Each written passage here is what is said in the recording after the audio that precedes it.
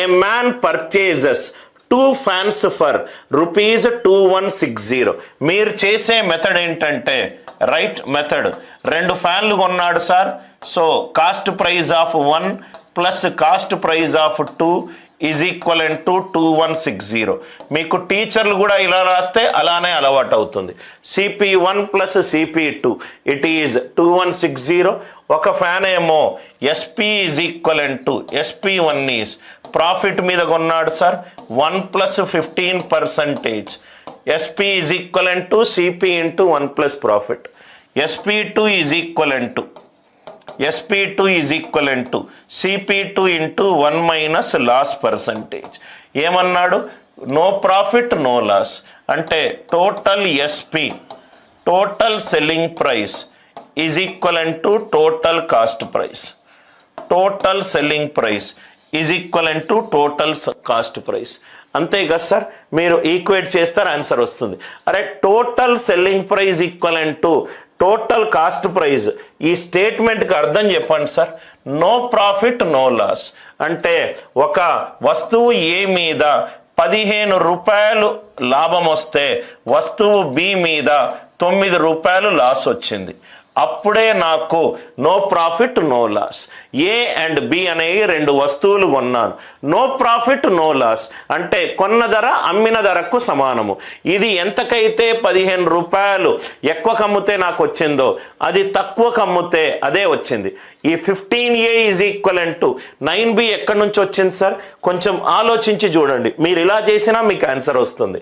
Total SP CP1 1 plus 15% plus CP2 into 1 minus 9%. CP ఇదంతా చేయాల్సిన అవసరం లేదు, మనం మ్యాథ్స్ని సింపుల్ లాజికల్గా చూస్తే చాలు. CP2 ఏమైంది sir? CP1 into 15 CP2 into 9. CP1ని A అనుకున్నాను, CP2ని B అనుకున్నాను. అరే నాకు లాభము నష్టము రాలేదయ్యా, దీని మీద నాకు ₹15 ఎక్కువ వస్తే దాని మీద నాకు ₹9 నష్టం వచ్చింది. సో కాబట్టి మొత్తము నో ప్రాఫిట్ నో లాస్కి వచ్చింది. ఇది చూడంగానే A బై B ఏమైంది? 9/15. 9/15 అంటే 3/5. ఫస్ట్ వాల్యూ సెకండ్ వాల్యూ కంటే తక్కువ ఉండాలి. చూడంగానే ఇది ఎలిమినేట్ అయిపోయింది, ఇది ఎలిమినేట్ అయిపోయింది, ఇది ఎలిమినేట్ అయిపోయింది, ఇది ఎలిమినేట్ అయిపోయింది. Are you all with me? 3:5.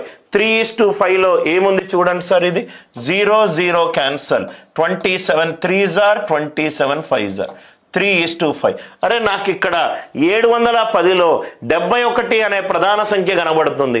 145 71 తోటి డివైడ్ కాదు, 3:2 వచ్చే ఛాన్సే లేదు. నేను ఒక వస్తువుని నో ప్రాఫిట్ నో లాస్లో కొన్నాను. అంటే మీకు ఒక చిన్న ఎగ్జాంపుల్గా చెప్పాలంటే దీన్ని మ్యాథ్స్, ఇప్పుడు నేను 2 పెన్లు తీసుకున్నాను, దీని మీద నాకు ₹15 ప్రాఫిట్ వచ్చింది, దీని మీద నాకు ₹9 లాస్ వచ్చింది. రైట్, ఈ 2 కలిపితే కొంత కొన్నాను, దీని మీద ప్రాఫిట్ వచ్చింది, దీని మీద లాస్ వచ్చింది, మొత్తం కూడితే నాకు నో ప్రాఫిట్ నో లాస్ వచ్చింది. దీని మీద వచ్చిన ప్రాఫిట్ దీని మీద వచ్చిన లాస్ తోటి సమానము. 15A is equal to 9B. Sir ఇక్కడ A అండ్ B ఏంటి సార్? ఏ అనేది మొదటి వస్తువు యొక్క కాస్ట్ ప్రైస్, బి అనేది ఏంటి?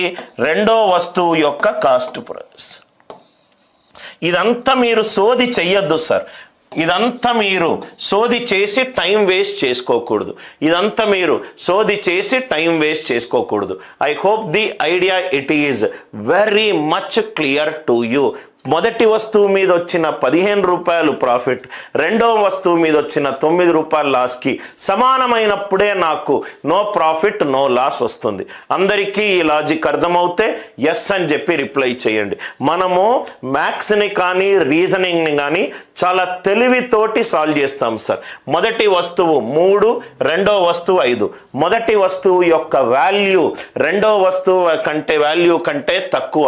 ఇక్కడేమో మొదటి వస్తువు ఎక్కువ ఉంది, ఇది తీసేశాను, ఇది తీసేశాను.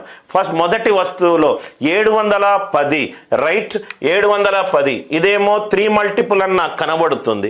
710 3 మల్టిపుల్ కాదు, కాబట్టి ఏ తీసేశాను. ఆన్సర్ ఎంత?